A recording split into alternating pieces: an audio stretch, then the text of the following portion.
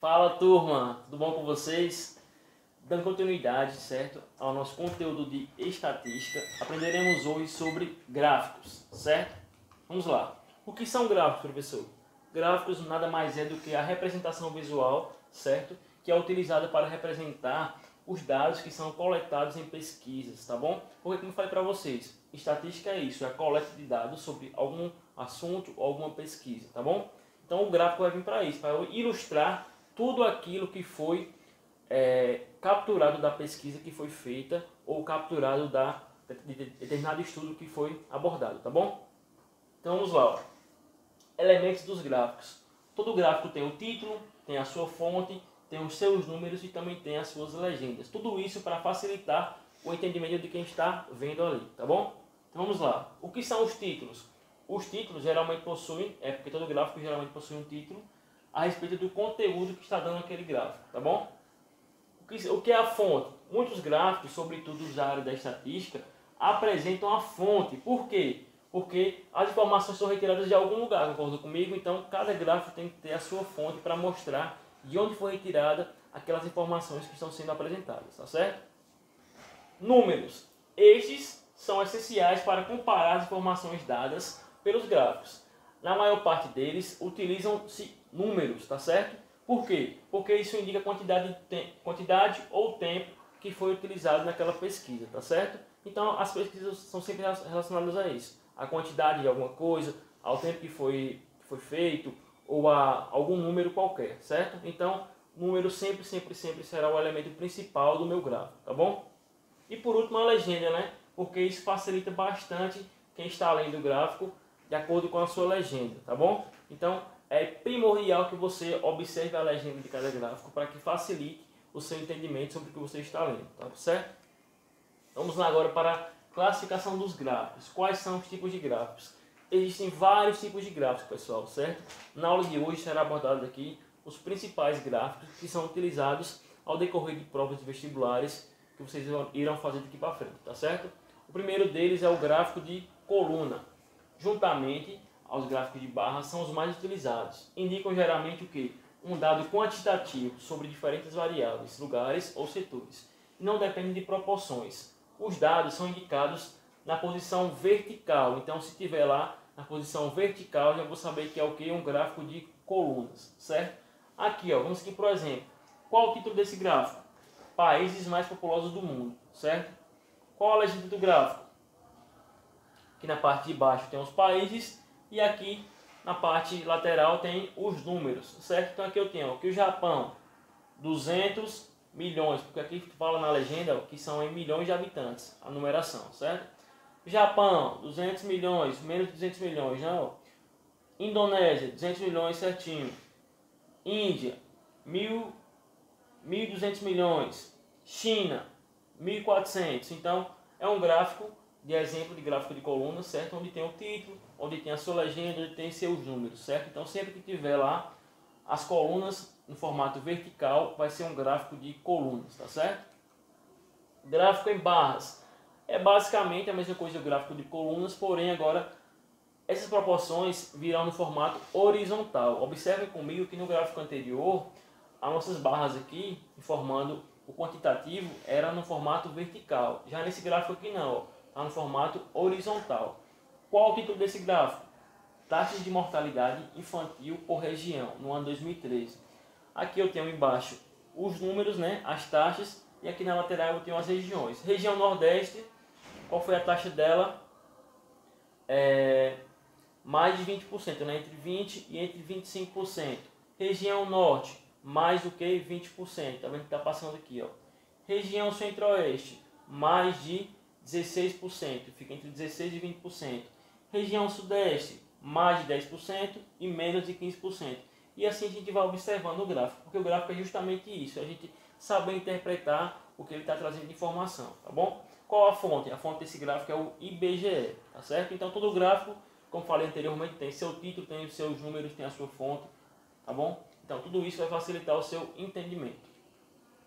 Próximo gráfico é o chamado gráfico de pizza, ou também gráfico de setores. Esse tipo de gráfico, pessoal, é também muito utilizado, porque ele indica uma relação de proporcionalidade em que todos os somados compõem compõem um dado aspecto da realidade. Então aqui, ó, no gráfico de pizza, sempre, os números apresentados vão ser dados em forma de porcentagem. Então, para eu entender esse gráfico aqui, a maioria das questões, para eu poder resolver as questões, entender e interpretar esse gráfico, eu tenho que saber também porcentagem, né, que é um assunto que a gente viu lá no 6º ano. Então, não se preocupa, tá? Quando vier questões sobre porcentagem, sobre gráfico de pizza, gráfico de setores, eu vou estar lá com vocês para a gente revisar um pouco de porcentagem e aprender como resolver qualquer tipo de questão sobre esse gráfico. Qual o título desse gráfico aqui? Ó? Distribuição da água no mundo. Quais são os números? Aqui os números, ó. 97%, 3%, e aqui em cima está mais detalhado. 71% são água congelada, 4% umidade do ar, 7% lagos e cursos d'água e 16% depósitos subterrâneos. Qual é a fonte? A fonte é o Mundo Educação. Então aqui só estou mostrando para vocês que cada gráfico tem sempre que apresentar os seus elementos, o seu título, a sua legenda, os seus números, tá bom? Gráfico em linhas. O gráfico de linha é utilizado para demonstrar uma sequência numérica de um certo dado ao longo do tempo. É indicado para demonstrar evoluções ou também regressões, certo? Que ocorrem em sequência para que o comportamento dos fenômenos e suas transformações sejam observados. Aqui um exemplo. Tem um gráfico de linha que tem como título Distribuição da população brasileira de 1980 a 2010 e vai ser dado em porcentagem, certo? Aqui eu tenho as porcentagens, certo? Aqui eu tenho embaixo os anos. 1980, 91, 90, 2000, 2010 e aqui as porcentagens vão variando, certo? Aqui tem também a legenda, ó, o azulzinho fala sobre a zona urbana e o laranja sobre a zona rural, tá certo? Então aqui só observar o comportamento do gráfico e perceber o que ele quer passar de informação, tá bom? E também tenho as tabelas, que também são muito utilizadas, tá bom? As tabelas são usadas para organizar algumas informações ou dados. Da mesma forma que os gráficos, elas facilitam o entendimento por meio de linhas e colunas que separam os dados. Então aqui eu tenho um exemplo de gráfico de tabelas. De um lado vai ter um tópico, que no caso aqui é número de pessoas que doaram alguma coisa, certo? E do outro lado tem uma quantidade doada por cada um desses grupos. Ó. No grupo 1, 12 pessoas doaram quanto? R$5. Próximo tópico, 10 pessoas doaram R$7. 8 pessoas doaram R$10. E assim por diante, certo? Então a tabela também é um tipo de gráfico que é bem tranquilo de ser interpretado, porque a sua própria construção já facilita isso pra gente, tá bom? Então agora, pessoal, praticando, eu trouxe aqui duas questões, tá? Com dois tipos de gráficos diferentes, para que a gente possa ir se habituando aos poucos e consiga interpretar qualquer tipo de gráfico, tá bom? Vamos lá para a primeira, do Enem 2012. O dono de uma farmácia resolveu colocar à vista do público o gráfico mostrado a seguir, que apresenta a evolução do total de vendas em reais, certo? De certo medicamento ao longo do ano de 2011. Aqui eu tenho o gráfico, certo? Janeiro, fevereiro, março, abril. Então aqui embaixo eu vou ter o quê? Vou ter os meses. E aqui as vendas em percentual, tá certo? De acordo com o gráfico, os meses em que ocorreram, respectivamente, a maior e a menor venda absoluta em 2011 foram. Então ele quer saber, respectivamente, a maior e a menor.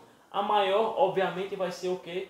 O número que vai estar lá no topo, né? Qual foi o mês que está lá no topo, pessoal? A gente observa aqui, ó, que o maior valor encontrado é no mês de junho, tá certo? Então aqui, ó, só em observar o gráfico, eu observo que o maior mês, o maior valor está no mês de junho. Então o junho vai ter que participar da minha resposta, né? Ó? Então vai ficar entre a letra D e a letra E, que está em junho como o maior mês. E qual vai ser o menor mês? O menor mês, obviamente, vai ser onde o gráfico tocar o menor ponto apresentado aqui. A gente observa, ó, que o menor ponto apresentado é no mês de agosto, tá vendo? O menor ponto apresentado. Então, qual vai ser a minha resposta? Junho e agosto, respectivamente. Maior e menor mês. Então, vai ser a letra E. Agora vamos para a segunda questão. Fala o seguinte. Em uma enquete realizada em março de 2010, perguntaram a 279 internautas se eles acreditavam que as atividades humanas provocavam um aquecimento global. 67% votaram que sim, 25% que não e 8% não sabem avaliar. Aí pergunta o seguinte, quantas pessoas votaram que não? Então, pessoal, temos que saber quanto é que vale 25%, né, que votaram não, do total. Qual foi o total entrevistado? 279. Então, vou fazer quanto vale 25% de 279. Recapitulando, para quem ainda esqueceu como é que faz porcentagem, para eu descobrir a porcentagem de algum número, basta fazer o quê? 25% é 25 sobre 100 vezes quem? 279. Multiplicando aqui, ó, 279 vezes 25, 9 vezes 5, 45, vai 4. 5 vezes 7, 35, com mais 4, 39. Fica 9, vai 3. 5 vezes 2, 10, com mais 3, 13. Beleza. Agora vamos para o 2. 2 vezes 9, 18, vai 1. 2 vezes 7, 14, com mais 1, 15, vai 1. 2 vezes 2, 4, com mais 1, 5. 5, 17, 4, 5, 9, 6. Beleza.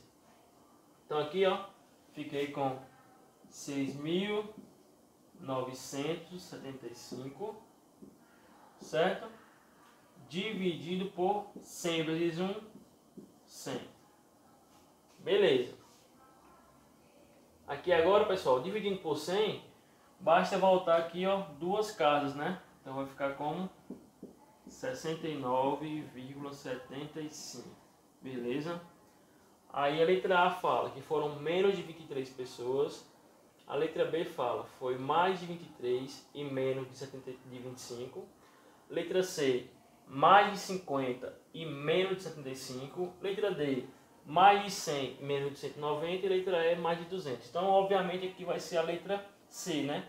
Mais de 50, que é mais de 50, e menos de 75, que também é menos de 75, tá bom? Então aqui começamos a aprender como interpretar questões, como ler gráficos, tá certo? Então nas aulas posteriores aprenderemos ainda mais como interpretar qualquer tipo de questão que envolve o estudo de gráfico, tá bom? Então fiquem com Deus e até a nossa próxima aula.